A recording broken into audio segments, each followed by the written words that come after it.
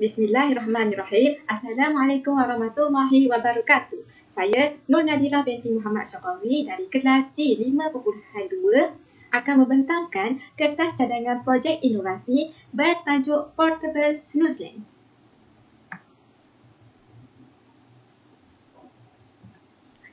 Slide yang pertama ini adalah isi kandungan. Mari kita lihat isi kandungan yang terdapat di dalam slide ini. Pertama, pengenalan, penyertaan masalah, objektif, kumpulan sasaran, kajian lepas, kepentingan inovasi, anggaran kos, penerangan cadangan inovasi dan penutup.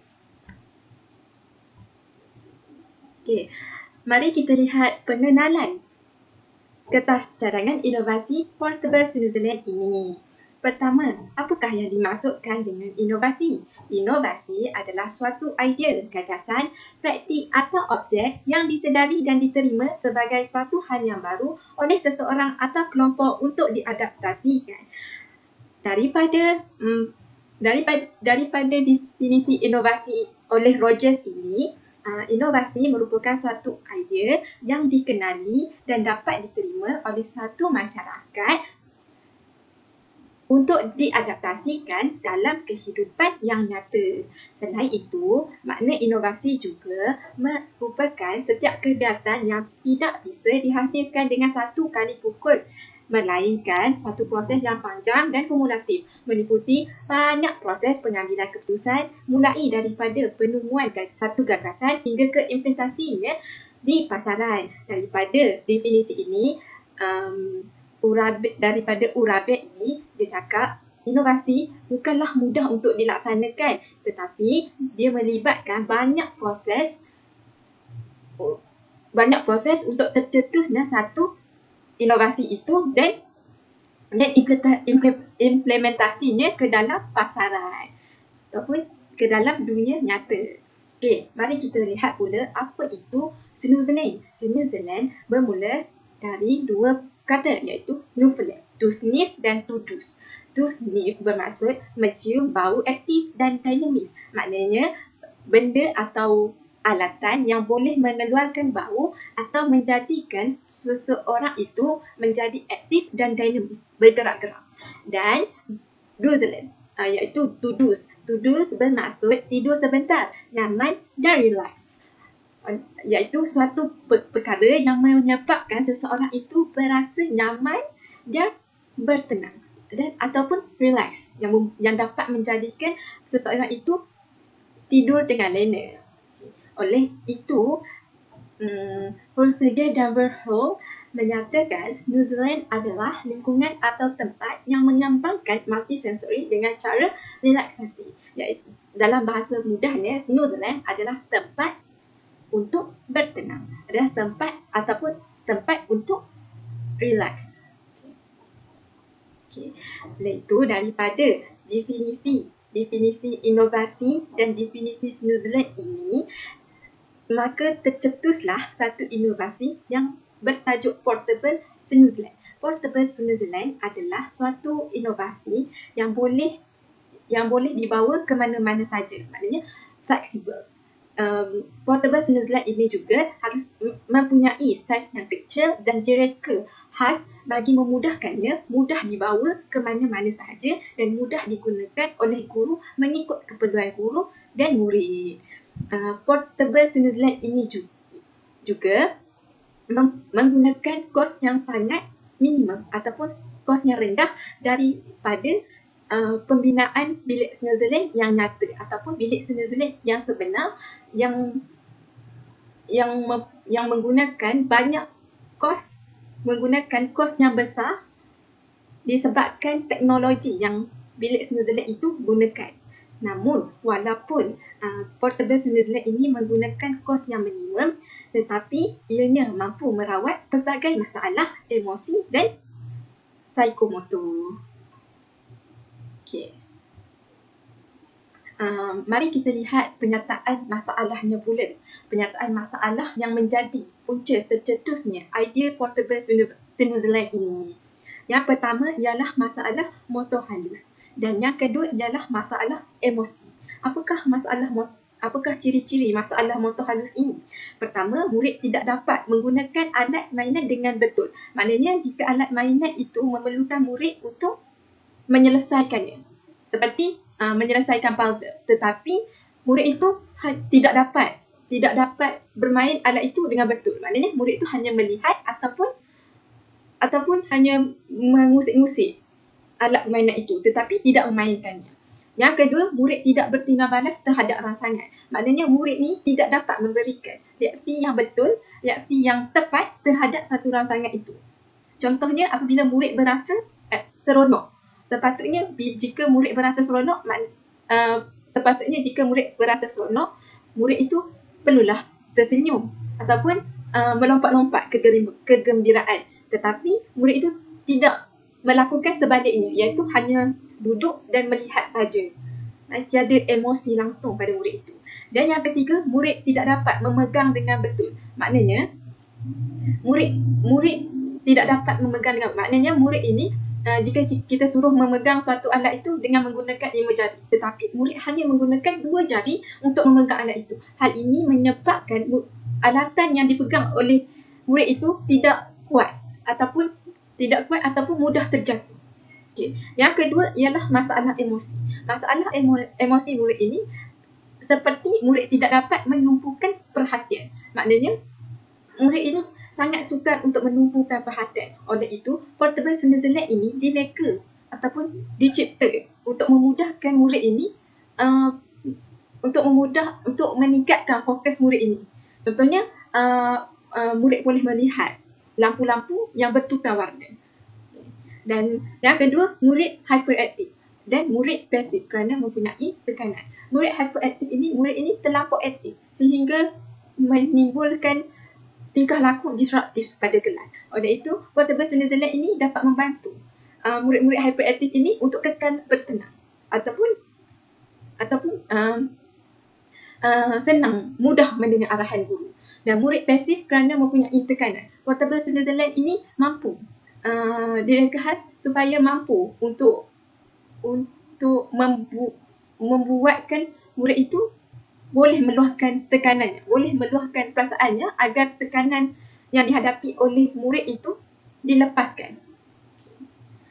Okay. Seterusnya, kita lihat pula objektif projek portable Snoozelec ini.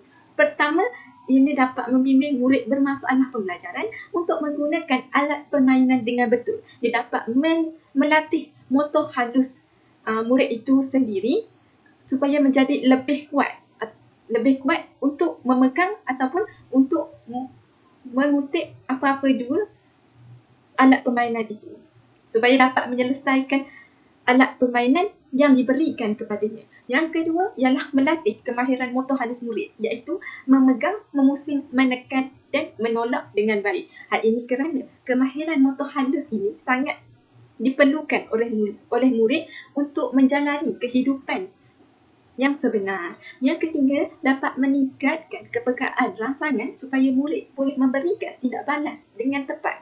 Maknanya, murid peka dengan rangsangan sekelilingnya.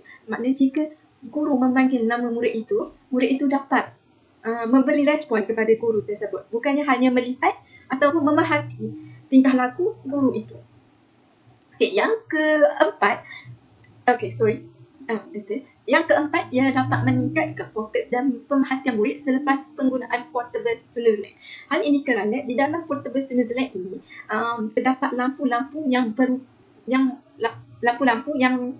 boleh berubah warna ataupun terdapat mainan sensori yang mampu meningkatkan fokus dan perhatian murid terhadap pembelajaran ataupun terhadap sesi di dalam portable Snoozelec itu. Yang kelima ialah mengurangkan tekanan dan memberikan ketenangan kepada murid yang mempunyai masalah emosi dan tingkah laku negatif. Terdapat dalam kajian-kajian lepas yang akan saya tunjukkan sebentar nanti telah membuktikan bahawa penggunaan bilik Snoozelec ini mampu mengurangkan tekanan atau mampu memberi ketenangan kepada murid yang mempunyai masalah negatif, masalah emosi dan mampu mengurangkan tingkah laku negatif murid. Hal ini kerana environment ataupun persekitaran di dalam portable New Zealand itu sendiri sangatlah membantu murid itu untuk bertenang kerana adanya wangi-wangian ataupun bau-bauan yang mampu memberi ketenangan kepada murid. Jika emosi murid itu stabil, maknanya tingkah laku murid juga akan menjadi lebih stabil. Okay. Siapakah kumpulan sasaran untuk projek inovasi Portable New Zealand ini? Okey, saya mensasarkan pendidikan murid-murid pendidikan khas masalah pembelajaran. Seperti yang kita tahu, murid-murid masalah pembelajaran ini terdiri daripada kanak-kanak yang lemah, syndrome Down, autism dan lain-lain.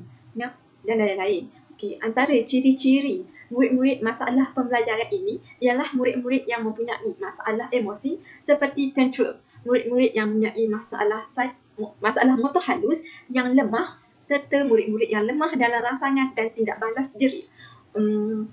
Seterusnya, murid ini juga mempunyai masalah sindrom kurang tumpuan dan mempunyai masalah hyperaktif. Ini adalah ciri-ciri murid-murid pendidikan khas masalah pembelajaran. Okay. Mari kita lihat pula kajian lepas. Kajian lepas yang telah dilakukan oleh penyelidikan terdahulu yang membuktikan bahawa bilik New Zealand ini mampu merawat masalah tingkah laku dan emosi murid pendidikan khas. Mari kita lihat kajian lepas yang pertama, iaitu multi-sensory room comparing effect of this New Zealand and the stimulus preferred environment on the behavior of adult with profound mental retardation oleh Lorna Pava and Christine Schwab. Menurut Lorna Pava, terapi New Zealand mempunyai kesan yang positif dalam mengurangkan kekerapan tingkah laku agresif dan stereotip terutama bagi golongan yang menderita autism.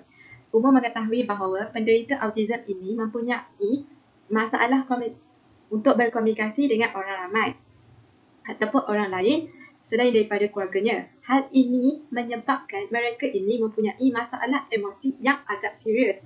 Oleh itu, antara intervensi yang boleh guru lakukan kepada penderita autism ini ialah terapi New Zealand.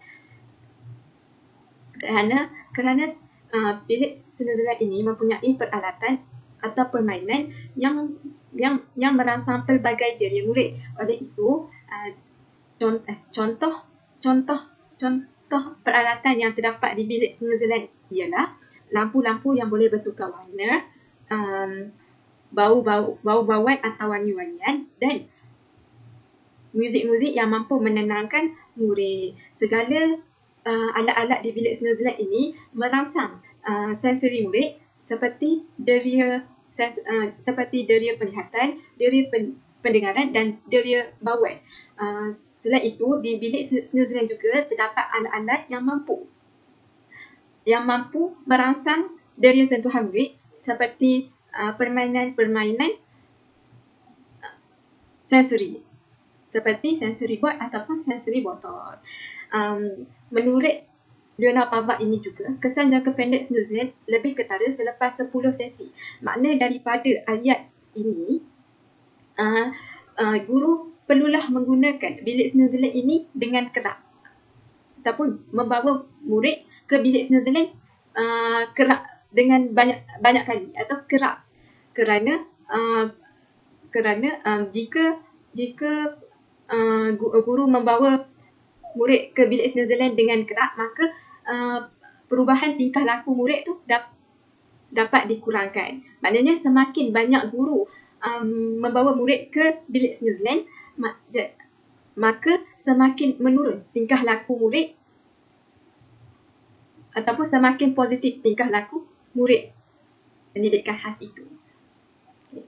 Terlihat pula kajian lepas yang kedua, iaitu the effect of a multi-sensory environment on negative behavior and functional performance on individual with autism oleh Nikki dan Lisa. MSE terdiri daripada elemen-elemen berikut, iaitu opportunity for effective or emotional development, stimulation for all sense and relaxation.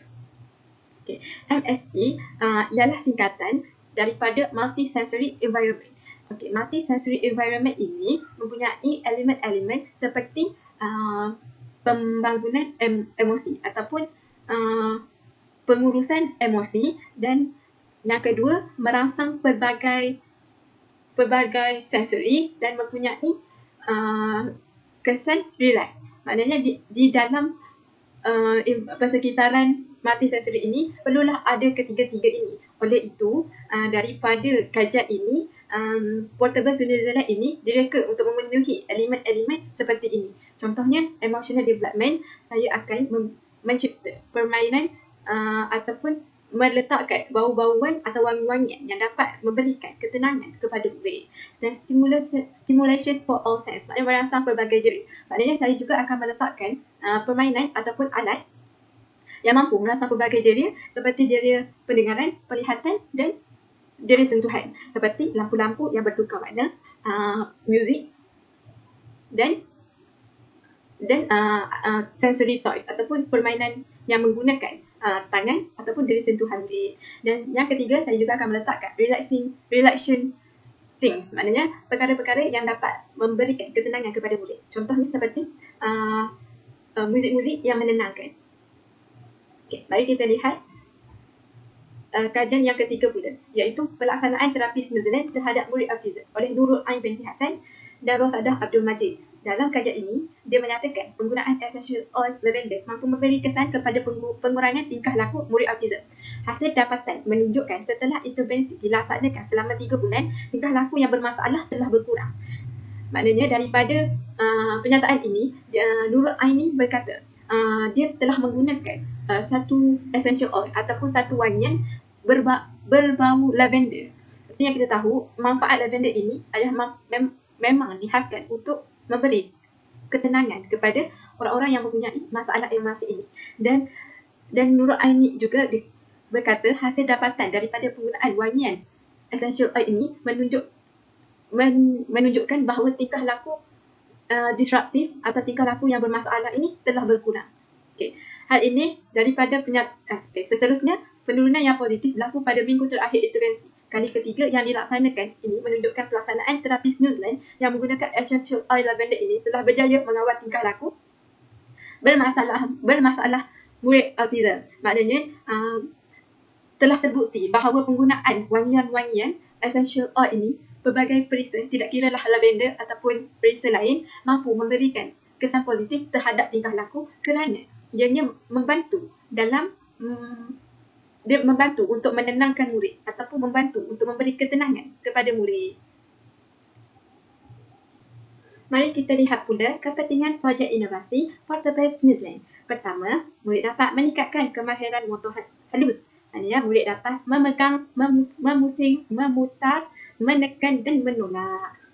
Yang kedua, murid dapat melatih tindak balas diri dengan lebih baik. Maknanya murid dapat memberikan tindak balas yang sepatutnya murid berikan. Contohnya, jika guru memanggil murid itu, maknanya murid dapat memberikan respon kepada guru ataupun murid dapat menjawab kepada persoalan yang ditanya oleh guru. Yang ketiga, murid dapat meningkatkan daya tumpuan dan perhatian, dan murid dapat melepaskan tekanan dan kekal bertenang. Seterusnya, kita lihat pula anggaran kos untuk projek Portable Snoozelen ini. Pertama ialah lampu. Berharga RM8. Klip kertas glow in the dark glitter berjumlah RM4.50. Balang berjumlah RM8.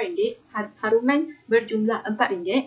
Pipe PVC berjumlah RM4 juga, dan jumlah kesemua bahan-bahan untuk melaksanakan Portable Snoozelen ini ialah RM32.50.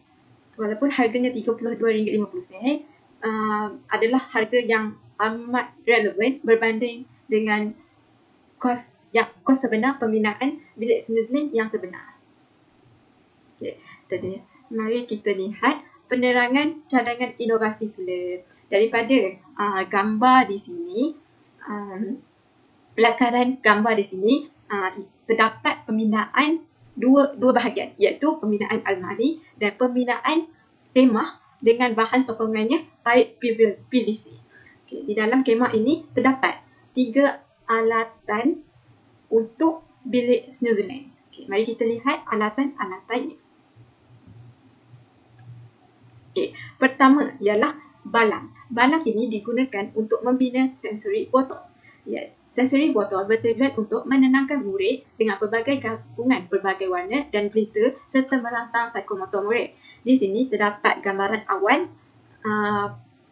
bagaimana rupa sensori botol ini. Tetapi sensori botol ini bukanlah rupa seperti ini, tetapi berlainan sedikit. So, jadi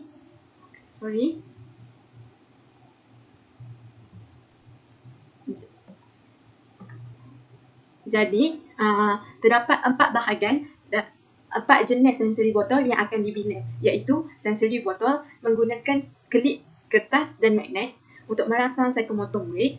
Yang kedua, penggunaan glitter, pelbagai warna dan lampu sebagai alat untuk menenangkan emosi murid dan untuk merangsang psikomotor murid. Yang kedua ialah penggunaan glitter berwarna hijau dengan bentuk bintang yang bersinar di dalam gelap dan lampu. Hal ini sebagai alat untuk menenangkan emosi dan untuk merangsang psikomotor murid. Dan yang keempat ialah penggunaan klip kertas, batu-batu kecil dan lampu. Penggunaan ini adalah sebagai alat mainan untuk mengeluarkan bunyi bagi merangsang deria pendengaran murid. Okay. Seterusnya ialah pembinaan papan pelbagai permukaan ataupun dalam bahasa Inggerisnya disebut sebagai sensory board. Okay. Sensory board ini ialah satu papan ataupun satu papan yang menggunakan kotak mempunyai pelbagai permukaan. Satu papan dengan berbagai permukaan aneka tekstur untuk merangsang deria sentuhan murid. Tujuan papan pelbagai permukaan ini adalah untuk memberikan pengalaman sensori yang kaya kepada murid, mulai daripada murid menyentuh, mencium, merasa dan melihat warna-warna yang terdapat di atas papan pelbagai permukaan ini.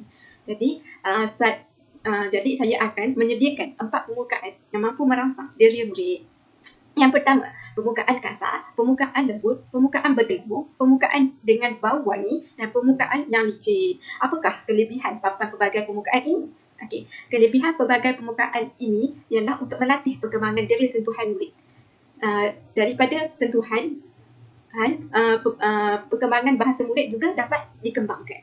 Yang kedua, melatih koordinasi mata dan tangan murid. Maknanya murid menyentuh dan semasa murid menyentuh itu, mata murid mestilah berfungsi juga kan. Okay, jadi yang ketiga, melatih kemampuan motor halus murid dan melatih kognitif, kreativiti dan kecerdasan emosi murid. Kerana semasa murid bermain papan pelbagai permukaan ini, murid juga akan berfikir, akan melatih otak murid supaya berfikir. Adakah permukaan ini licin? Adakah permukaan ini berbahaya kepada murid? Ataupun adakah permukaan ini berbau wangi? Macam tu. Okay, terlihat pula yang ketiga, iaitu speaker, haruman dan lampu-lampu. Okey, tujuan saya meletakkan speaker, haruman dan lampu ini di dalam portable snooze adalah untuk menenangkan murid dengan lagu-lagu yang menenangkan dan menenangkan murid dengan haruman-haruman yang wangi dan lampu-lampu yang bertukar warna. Dan perkara-perkara ini dapat meningkatkan daya tumpuan murid dengan pemerhatian lampu-lampu yang boleh bertukar warna ataupun lampu-lampu yang berwarna-warni. Jadi, apakah fungsi speaker? Okay, speaker yang saya akan gunakan di dalam portable snooze land ini ialah Bluetooth speaker. Bluetooth speaker ini ialah bersifat wireless. Jadi, guru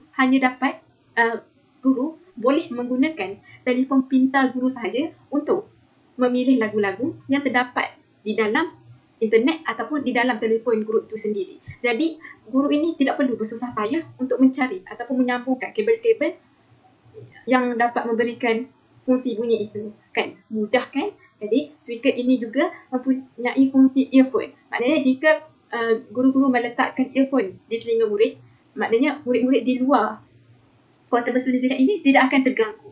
Maknanya portable snooze ini dihaskan hanya untuk murid yang mempunyai masalah. Okay. Yang ketiga, haruman dan lampu. Haruman dan lampu ini mampu memberikan bau yang wangi dan bau yang wangi itu akan menjadikan murid menjadi lebih selesa dan menyebabkan emosi murid menjadi lebih terkawal. Serta lampu pula, lampu dengan pelbagai warna dapat menarik perhatian murid dan meningkatkan kemampuan murid untuk